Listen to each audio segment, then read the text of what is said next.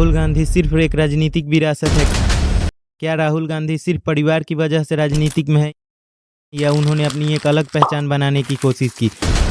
नमस्कार दोस्तों, आज हम बात करेंगे भारत के सबसे चर्चित राजनीतिक परिवार नेहरू गांधी से आने वाले राहुल का सफ़र आसान नहीं रहा।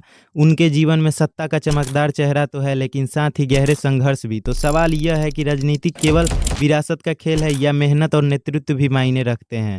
बचपन और सुरक्षा की परछाई में राहुल गांधी का बचपन बाकी बच्चों जैसा नहीं था।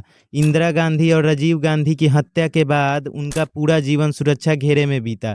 सुरक्षा कारणों से उन्होंने स्कूल में गुप्त नामों से पढ़ाई की। सोचिए, बचपन में ही अगर आप अपनी असली पहचान छुपाकर पढ़ाई करें तो कैसा लगेगा। यह साधारण बच्चों जैसा जीवन नहीं था, बल्कि एक भविष्य के नेता पर डाला गया भारी बोझ था।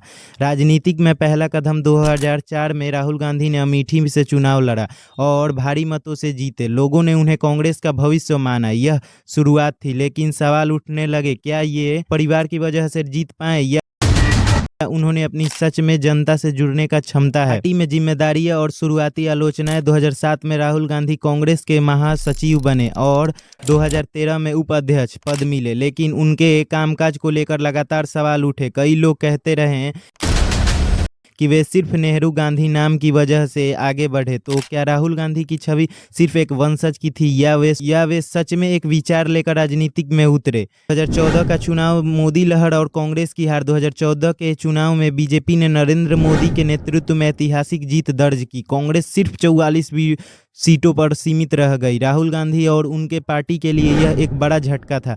क्या यह कांग्रेस के ढहने की शुरुआत थी या राहुल गांधी भी था? क्या उनकी व्यक्तिगत कमजोरी थी या मोदी लहर इतनी मजबूत थी कि कोई नहीं रोक पाया? भारत छोड़ो यात्रा नई कोशिश। 2017 से 2024 के बीच राहुल गांधी ने भारत जोड़ो यात्रा और भारत छोड़ो न्याय यात्रा निकाली। इन यात्राओं में उन्होंने हजारों किलोमीटर पैदल चलकर लोगों से मुलाकात की। उनका संदेश था एकता, भाईचारा और सामाजिक न्याय। क्या यह यात्राएं राहुल गांधी की छवि बदल पाएंगी? क्या उन्होंने जनता से सीधे जुड़ने का तरीका खोज लिया है? समर्थन और आलोचना। इन यात्राओं पर लोगों का राय बटी हुई है। कुछ ने कहा कि राहुल गांधी की असली राजनीति है तो जमीन से जुड़ने की कोशिश। दूसरों ने कहा सिर्फ चुनावी स्टंट बताया। तो क्या यह यात्राएं राहुल गांधी की नई पहचान बनाएंगी या बस एक और प्रयोग रह जाएगा?